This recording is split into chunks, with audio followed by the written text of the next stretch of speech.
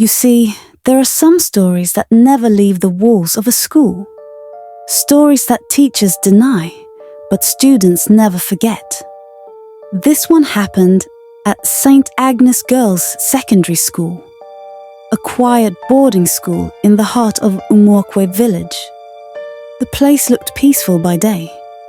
Birds singing, girls laughing, nuns moving about with their long gowns.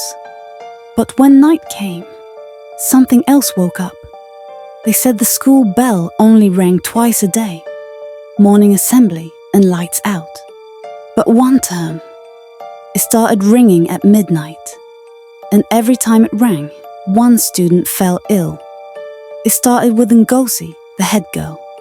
She was strong, proud, always at the front during prayers. But one night, around 12 midnight, the bell rang by itself. Clang! Clang! Clang! Everyone heard it. The sound rolled across the compound like thunder trapped in a bottle. When morning came, Ngozi didn't wake up for assembly. Her body was burning hot, her lips trembling as if she was speaking to someone invisible. The nurse said it was malaria, but the girls whispered something else. The bell has chosen. By the third night, fear had filled the dormitories like smoke. No one wanted to sleep.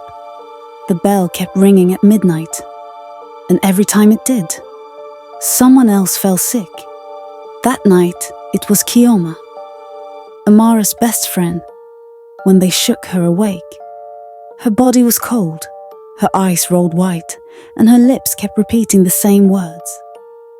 He's calling names. He's calling names.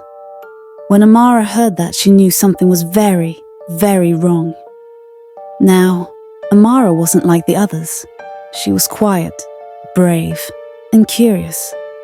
The type that would rather find the truth than hide from it. So, she gathered 3 girls, Bisi, Kelechi, and Adais, and said, "Tonight we go to the bell tower. We must see what is ringing that bell." The others were afraid, but they followed her anyway.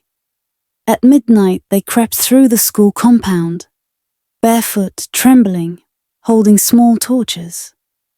The night was cold, the wind dry. When they reached the bell tower, the padlock was broken. The gate creaked as they pushed it open.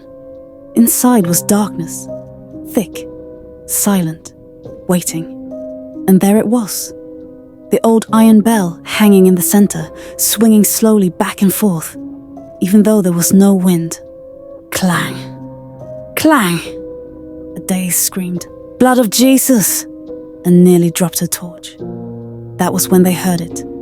A voice from the corner of the tower, rough, tired, and full of pain.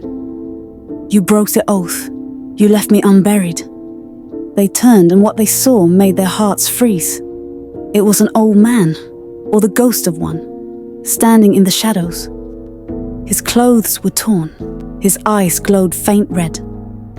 Amara whispered, "You're Mr. Okori." Yes, Mr. Okori, the old bell ringer who died years ago after the school buried him in a shallow grave behind the tower. The ghost nodded slowly. "They built this school on sacred ground," he said. "I warned them. They silenced me. Now, every time the bell rings, a soul must pay for their silence." Amara's voice trembled. "Please, how do we stop it?" The ghost pointed to the base of the bell. "Under it lies the curse, a box. Bury it beneath the Iroko tree before the next toll, or all will follow." And with that, the wind roared, and the ghost vanished. The girls ran into the night, holding the box they had dug out from under the bell. Inside were bones, cowries, and a piece of red cloth soaked in something dark. The clock struck 11:59. The bell began to shake again. Amara screamed, "Quick! To the Iroko tree!" They reached the tree at the edge of the school compound. Thunder rolled above them. The wind howled. They dug into the soil with their bare hands. Salt, oil, prayers, tears. Everything poured into that hole. When the bell gave its final clang, Amara shouted, "Let this curse end!" And then, silence. No wind, no sound, no movement, just stillness. By morning, the bell tower had collapsed. The principal said it was due to age, but the girls who knew what happened that night never spoke of it again. Years later, Amara came back as an alumna. The school had changed. New paint, new students, new buildings. But the old Iroko tree still stood there, quiet, unmoving. As she walked past it, she saw something hanging from one of its branches. A small rusted bell. The wind blew softly, and for a moment, she thought she heard her name. Ama. Ra. The sound faded, but her heart didn't stop racing, because deep down she knew some bells never stop ringing.